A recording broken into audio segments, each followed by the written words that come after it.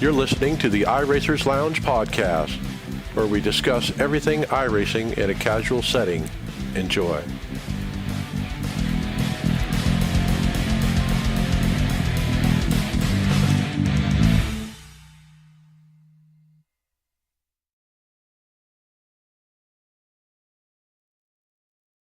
Three, two.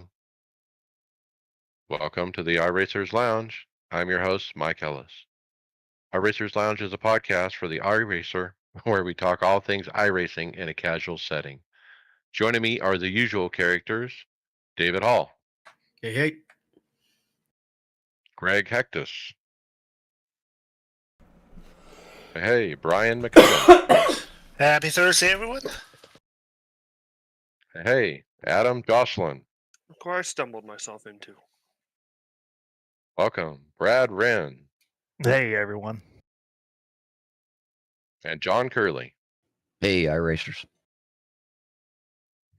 On the show today, we'll take a look at how many tracks are missing from iRacing, discuss the eNASCAR Coca-Cola iRacing Media Day, 2024 Season 2 builds confirmed and rumored content, and has a possible cheater been exposed? That's right, guys. And if you follow us on iRacersLounge.com and select show notes, you will be able to see all these great stories and products we'll be discussing today by going to iRacersLounge.com and selecting show notes. So log in and we'll see you there.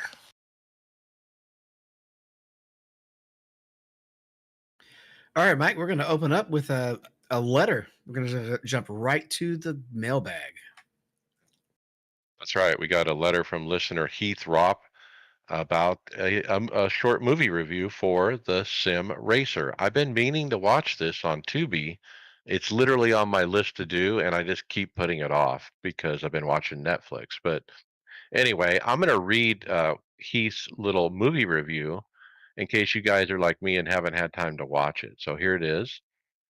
If you got an hour to spare with a runtime of 1:07, buckle up for a cheesy yet entertaining ride. This film promises thrills, spills, and a cameo by iRacing's Evan Pasocco and Jeff McConey. And kudos for the tip about it being available for free on Tubi. My quick synopsis. Sim racing Luke Wallace is caught in a streak of bad luck. He's fallen behind on his mortgage, his girlfriend dumped him for being too nice, and his bartender buddy Earl is hell-bent on turning him into an ass man, given Earl's unique affinity for feet.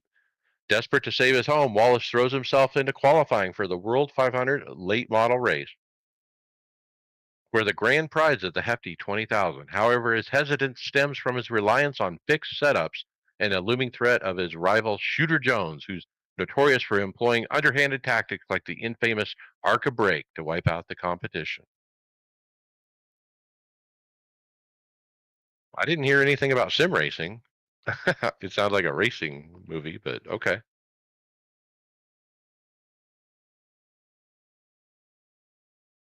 Thanks, Heath. I'm still gonna keep it on the list and try to watch it.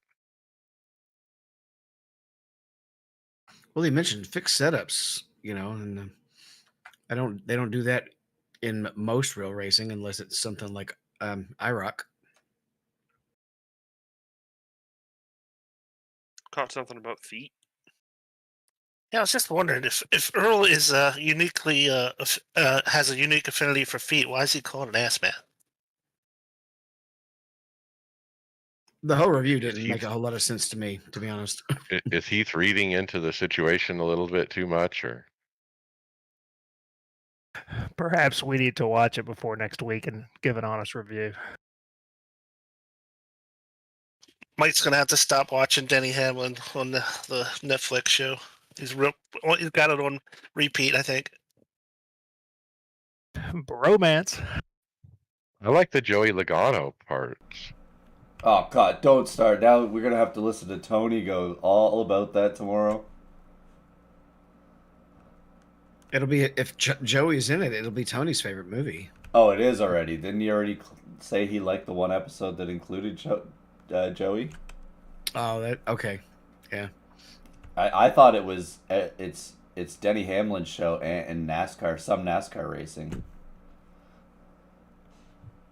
So while we're talking about the NASCAR on Netflix, there is something in our script about William Byron's introduction on that show, and they talked about his history, and they gave a good, 3 or 4 minutes talking about iRacing and him, getting involved in iRacing early. He would come home from school and jump right on it through the evening. But then there was a problem with his parents concerned about grades, and as long as he kept his grades up, they would let him do it. And then it wasn't long until he got involved in go karts and other stuff and got in real racing.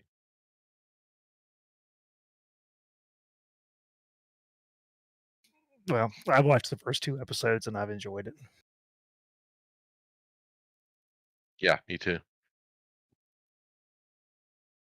All right. Well, something I think we're getting ready to enjoy pretty soon is the new models of the iRacing's NASCAR Cup car level, and that's what they've released. There's been artwork updates applied for the 2024 Cup season, and I know that it's messed up all the old paints, especially on the Toyota and the Ford. Like the things just don't line up at the right places. Um, and as I was working on my paint uh, for the NIS season, I noticed I had to do some weird distortions to logos if they were on the front of the hood to make them actually look straight. Uh, so they have them. They definitely have a different shape in the front. And that's in the Chevrolet, which I didn't think really got much of a change at all. I noticed it though as soon as because I threw my mine is going to have that IRLP right on the front at the very front so that it's not in the cowl area. And yeah, it looked like a frowny face. It was just weird how it shaped. And so Bobby Jonas from Simraps has been very busy since this update, and delivered my paint just in time for Wednesday night's race. Um, it looks good. I'm very happy for my new 2024 season NASCAR season paint. It looks um, kind of a modern look take on the car I ran last season is the way I would call it. I'm very pleased with it. So the one thing about the Toyota though that threw me off as I examined these new cars, when you look at the headlights, it's almost like I feel like there's a piece of bodywork that covers part of the headlight is almost what I see. But it's a little bit of a I don't know. It just looks different. I think it would look better if there was something connecting the lights. It's just a little odd to me compared to last year. I don't know. It's a little different up front. Yeah, that's where the changes are. So does this mean that if we use trading paints, for example, for a cup car, we can't use those anymore? We got to get new ones, or can we use the old ones? Most of the old ones will be broken. Yep. I actually I wasn't paying attention, and I just finished painting the car like a week and a half before this. I heard this was coming out, and yeah, I had to do it all over again, pretty much. Well, I think we're all a little surprised that this was dropped before the 24. Myself, I was expecting this week, not last week. Well, it was dropped after the iRacing 24. So it looks like there's going to be a dirt track being dropped sometime soon, Brian. We have a teaser screenshot. Yeah, so iRacing, this is actually kind of interesting because iRacing tweeted out or X'd out just a picture of a small portion of a turn on a dirt track race. Um, it's completely indistinguishable. There's no way to determine from this picture unless you're really familiar with whatever track this is going to be, what it is. So, um, yeah, there was a Twitter link, and I logged on it, and this page is not on Twitter anymore. So, for whatever reason, iRacing has removed this page because I wanted to see some of the replies and see if somebody had some guesses or anything like that. But there's nothing. That's kind of weird that they pulled this off. Unless No, I'm no, making some it mistake. still works. Click on the actual picture and then it opens a new link. And I do see I'm looking through the replies. Nobody knows what it is. It's just not enough information. It's too small.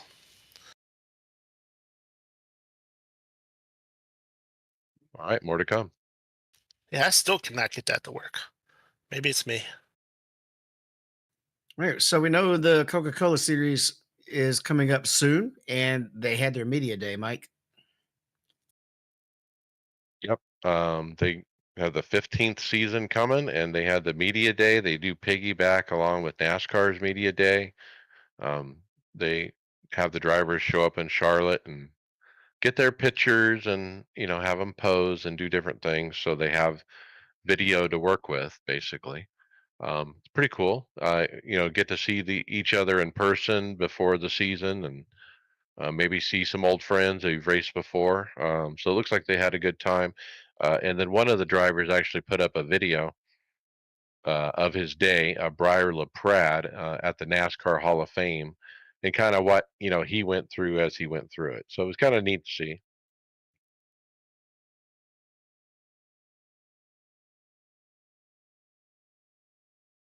And Ray Alpala is back. That's going to be fun. Well, I mean, I think it's pretty neat that if you've watched, you know, any of the intros that you'll see all year long from Fox or NBC, very similar footage done of the NASCAR guys. So I think it's pretty neat to see them given, it's very similar. What's the word I'm looking for? Um, Support. yeah, support. There you go. So again, I think that's pretty cool. And there was a good video with Briar LaPrade. Just pretty neat to see how his day went. Look, when this the Coke um, sponsorship came in when the Peak left, Peak Antifreeze, and all that money, for that big pool came in.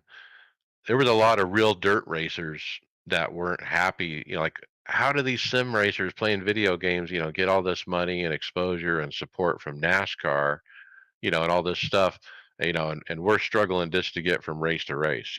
I remember the uproar.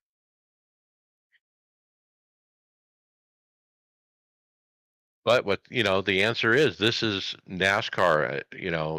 They've embraced it. It's part of the community.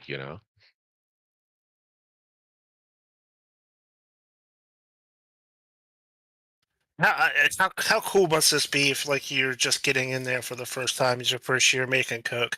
I'm sure you're really excited after you qualified through the qualification series, and then but this has got to be getting awful real at this point when you're actually going to these places and meeting cool people. It's got to be really exciting for these guys.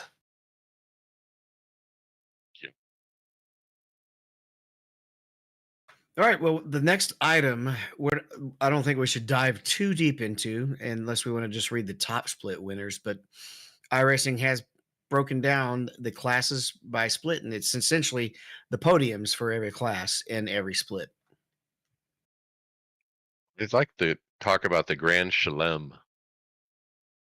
Is that listed on here though? I think this is only the just the leaders. You have to go down and find it.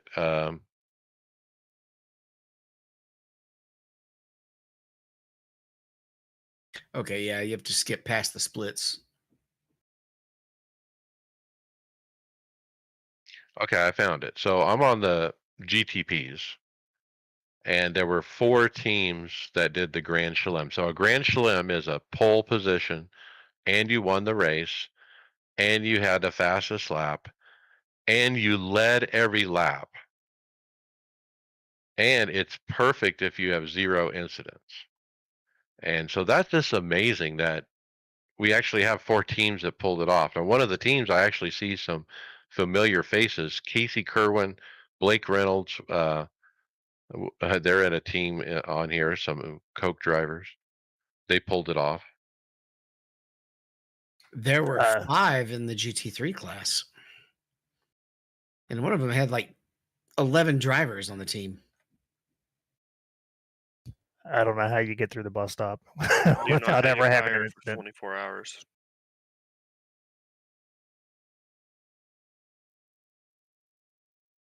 Most laps 920.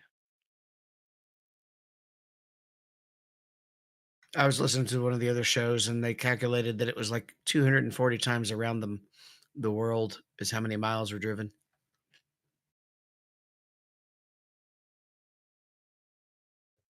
And club's distribution is very interesting to me. I mean, 41% USA, and then everyone else is the rest. But the U.S. drivers really dominated this event, according to what I'm seeing here. Well, how different would it look if Europe was all put together as a single split as well? I mean, we're basically Well, a continent almost. they'd probably be similar to the U.S. Yeah. Maybe it'd be a little less looking at the numbers, actually. But On that club, they don't show the individual states, right? Or even the individual USA clubs. They just grouped it all together.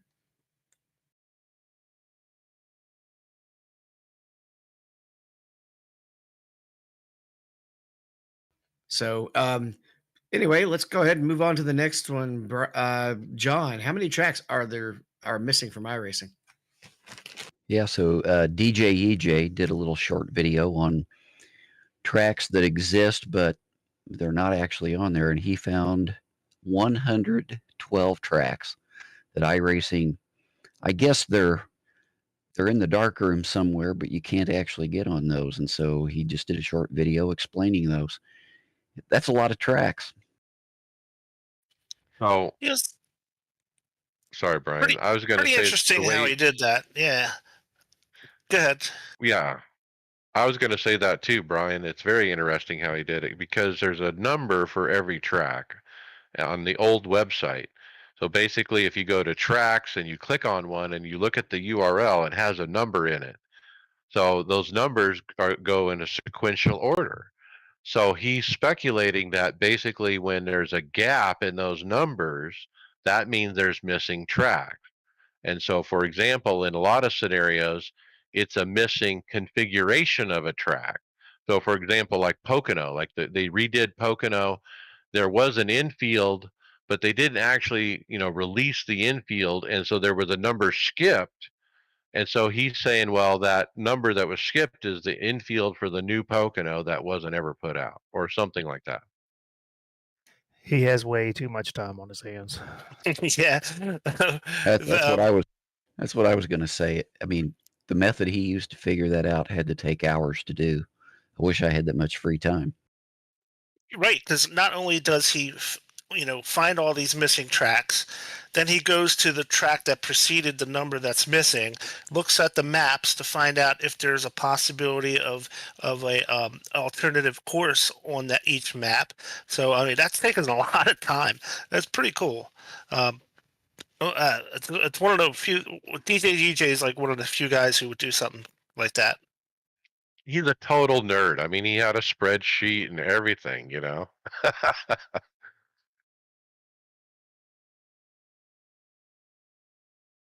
Anyway, it was interesting, and I've known that before, that each track has a number, and I've kind of seen how there's gaps, and some of the speculation that he does is probably correct. The way that he describes it, I have no reason to think it's not, but some of it he's taking wild swags at. He just totally guesses what was happening at this time on that year, and what might be the reason that they skipped 10 numbers in this sequence, and he guesses.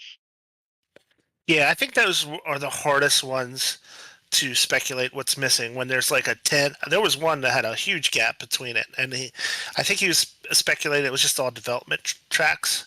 So I think that's how he speculated that was gone.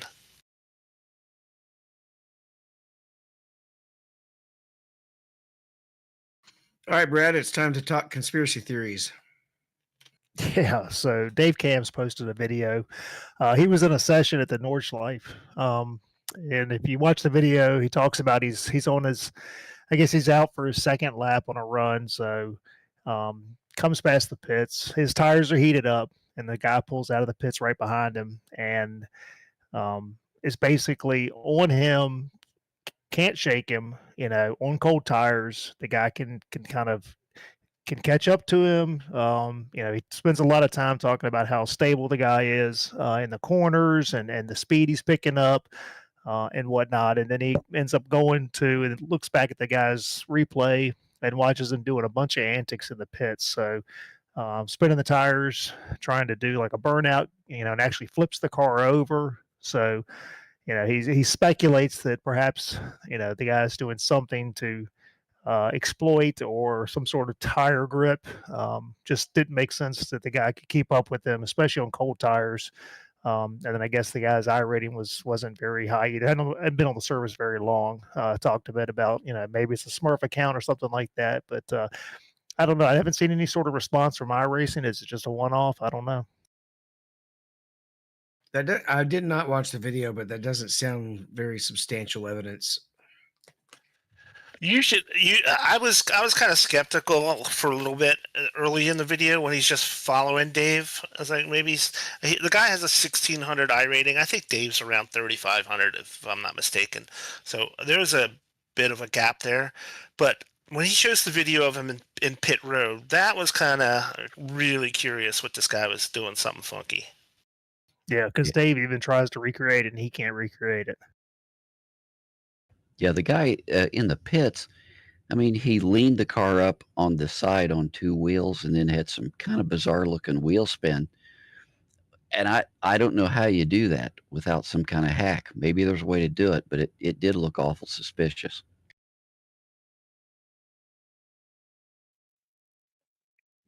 I I watched the video, and I think, obviously, it's against the rules to be spinning your tires and whatnot in the pit. And okay, so beyond that, I don't think there's any actual griphacks.exe as Dave is speculating here. I just don't see it. I've been in iRacing too long. They're too good at policing this stuff. We would have seen it before. No. Additionally, it's not like, say, my kind of side game is Digital Combat Simulator, where you can run your own servers, right? So there's not really any way to kind of monitor what's going on unless you're getting on an Eagle Dynamics server, I guess. And so they can't really hunt for this kind of stuff. Um, but in this case, every server is run on iRacing, so they have a connection to every computer directly, where they can turn around and see what you're doing. Well, I mean, or is it an exploit? I mean, the whole, running the tires in the grass to cool them down. There's been multiple stuff through the years that people have figured out. Or is it a glitch with this car and drafting on this particular track that needs to be tweaked? Like the one thing that Dave was keen on pointing out was they were going through a set of S curves and stuff, and Dave is real keen about keeping it off the curbs in a really nice tight line. And this guy was like all over the place, even dipping it into the grass and up onto the curb. And his point was he was actually faster than Dave was, but he's also behind him. And you got to take into that account that draft. But maybe the draft was more substantial than Dave's thinking. You can go faster through curves with if you're willing to take the 1X. Anyway, it's interesting for sure. It's a fun watch, and everyone's got an opinion about it. So I don't know. I feel pretty safe that when I go onto iRacing, I'm not up against people with executables. And Dave did do a really good job